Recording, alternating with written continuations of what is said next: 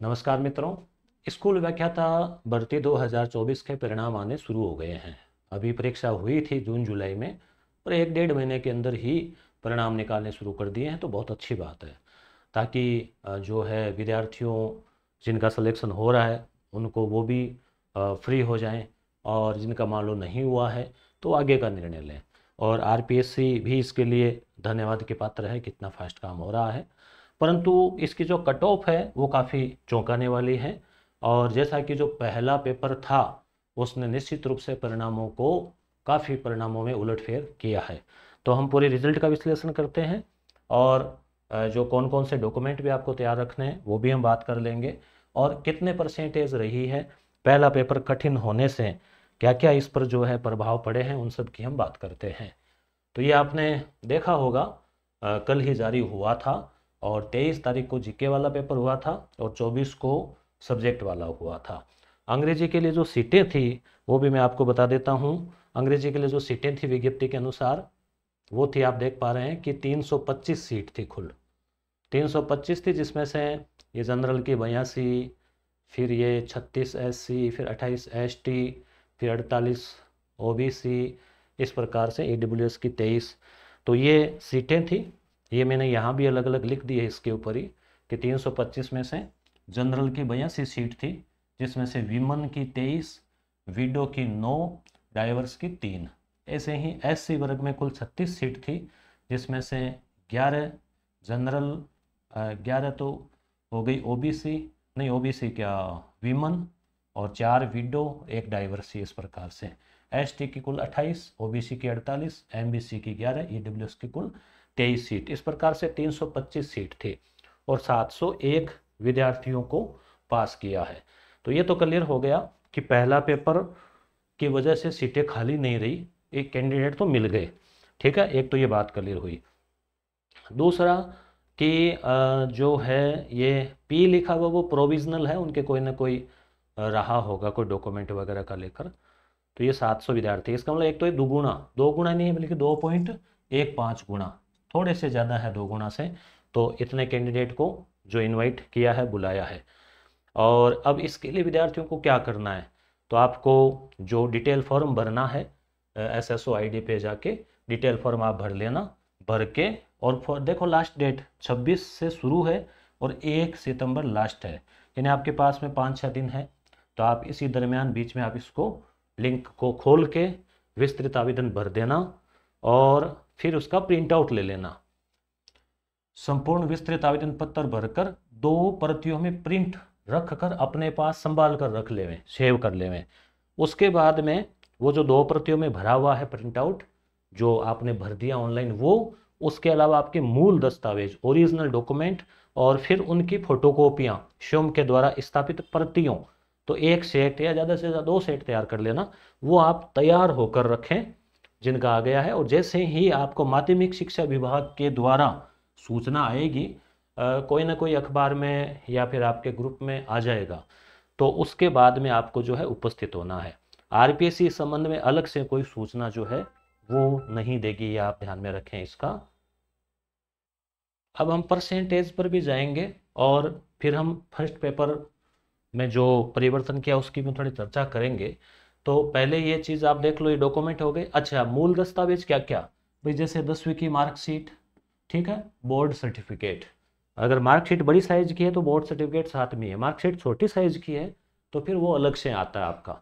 आजकल तो साथ आने लग गए। ऐसे ही 12वीं की मार्कशीट, बोर्ड सर्टिफिकेट, और उसके अलावा आपके तीनों सालों के first year, second year, final year जो ग्रेजुएशन के डॉक्यूमेंट ओरिजिनल वो, फिर उसकी डिग्री, डिग्री आ गई होगी, नहीं आई है तो प्रोविजनल डिग्री।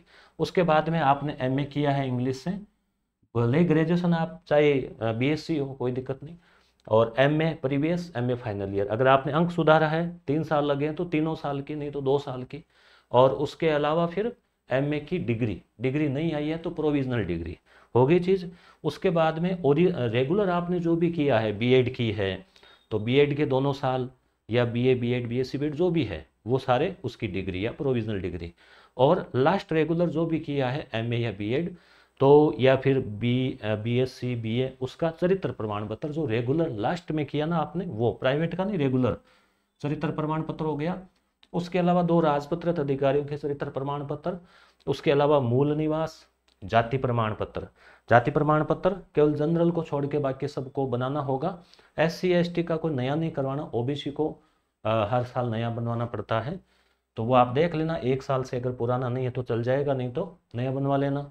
उसके अलावा विवाह प्रमाण पत्र, अगर विवाह हो रखा है तो वो हो जाएगा। और क्या है इसमें, तो मोटा मोटी यही। और जो पुलिस वेरिफिकेशन है वो बाद में करवाना है, मेडिकल और पुलिस, पहले आपको ये नहीं करवाना। ठीक है, आप किसी विभाग में हैं तो उससे NOC लेनी है, तो वो सब बाद में लेनी है। इससे संबंधित मैंने सारे वीडियो लगा रखे हैं, आप प्ले लिस्ट में देख लेना या आप सर्च कर लेना। ठीक है, अब हम बात करते हैं कि भाई कट ऑफ क्या रही। तो आपको पता ही था कि फर्स्ट पेपर में भी 40%, सेकंड पेपर में 40% लाना ज़रूरी था। और जो आरक्षित वर्ग है उनको 5% की छूट थी। यानी आरक्षित वर्ग में कौन कौन, SC ST के पुरुष और महिला, उसके अलावा दिव्यांग और एक्स सर्विसमैन, 4 वर्गों को इसमें छूट थी, पुरुष और महिला दोनों को। उसके अलावा किसी को अलग से छूट नहीं थी। अब आप देखो जनरल की जो कट ऑफ रही है वो 282 रही है, तो 62%। अब इस रिजल्ट को देखकर 2 बातें कह भी सकते हैं विद्यार्थी जो पिछली भर्ती में लग गए, वो ये कह सकते हैं कि देखो कितनी कम रही है, हमारे टाइम तो 300 350 गई थी।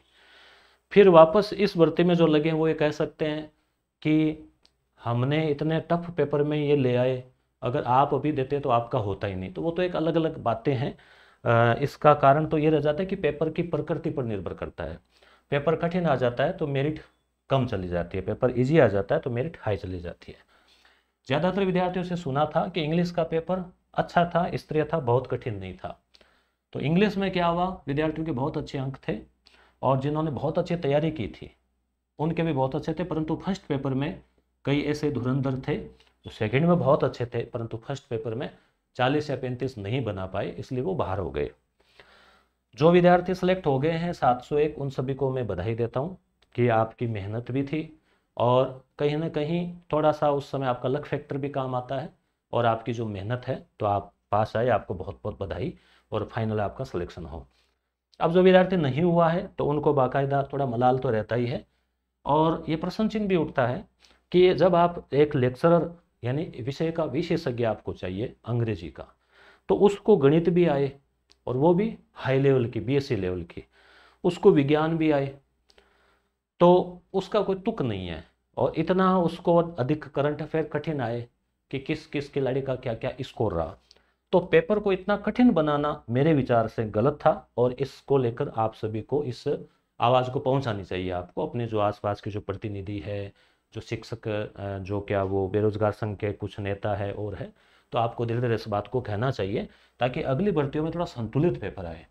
फर्स्ट पेपर को बहुत ज़्यादा कठिन बना देने से जो विषय विशेषज्ञ जो होते हैं, अब यहाँ पे तो क्या हुआ, चलो जिनका फर्स्ट पेपर अच्छा था या जिनकी मैथ अच्छी थी या जिनका GK बहुत अच्छा था, तो वहाँ भले ही अंग्रेजी में उनके जो है 40% पूरे पूरे बने हो, परंतु फर्स्ट पेपर कवर कर लिया तो उनका सिलेक्शन हो गया। यहाँ उनके सिलेक्शन को चुनौती नहीं है कि उनमें कोई सिलेक्शन हो गया तो टैलेंट कम था, ऐसा कुछ नहीं है। परंतु बात यहाँ संतुलन की अगर हम करें तो बात यहाँ संतुलित नहीं हो रही थी। सेकंड पेपर के जैसा ही फर्स्ट पेपर होना चाहिए, इतना कठिन बना दिया जाए कि अगला भी जो तैयारी कर रहा है विद्यार्थी तो वो सब्जेक्ट को छोड़ के केवल फर्स्ट पेपर के ही पीछे पड़े, ऐसा संभव नहीं है। सब्जेक्ट का भी बराबर मूल्यांकन होना चाहिए, या फिर ये किया जा सकता है कि दोनों को मिला के 40% कर दे, वो भी एक अच्छा उपाय हो सकता है। तो ये अगली भर्ती के लिए इस पर कुछ विचार होना चाहिए। तो यहाँ पे 62% रही है। अब विडो की भी देखो आप 52%, डाइवर्स महिला की 61%, तो काफ़ी हाई कट ऑफ जनरल की गई है इसकी तुलना में। SC की मेरिट 36% रही है, 35 लाने ज़रूरी थे, तो जो फर्स्ट पेपर में पास हो गया तो वो लेक्चरर बन गया। ये बात हमने पहले भी कही थी, सभी ने कही थी और आपको भी पता था कि भाई ये इतना कठिन था कि जिसके वो 30 और 27 हो गए उसका कल्याण है। सेकंड पेपर भी पास करना जरूरी था, 40 सेकंड में भी लाने थे, सेकंड में भी वो 40 लाए हैं, फर्स्ट में भी 40 लाए हैं, तब ये हुआ है। अब यहाँ पे आप 162 है, ST की 164 यानी 36%। यहाँ देखो डाइवर्स कैटेगरी की SC की मेरिट ज़्यादा चली गई, क्या कारण रहा?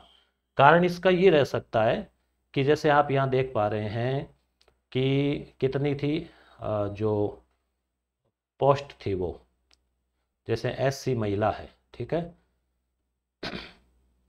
एससी में एक ही पोस्ट थी ना डाइवर्स की, तो एक थी, तो एक ही महिला है, तो इसलिए क्या है, ज़्यादा चली गई। ठीक है, तो हो सकता है कि पेपर देने वाले जितने थे उस हिसाब से। उसके बाद में अभी देखो आप और मेरिट का, फिर ओबीसी की जो है वो 184 रही है, यानी 40.88।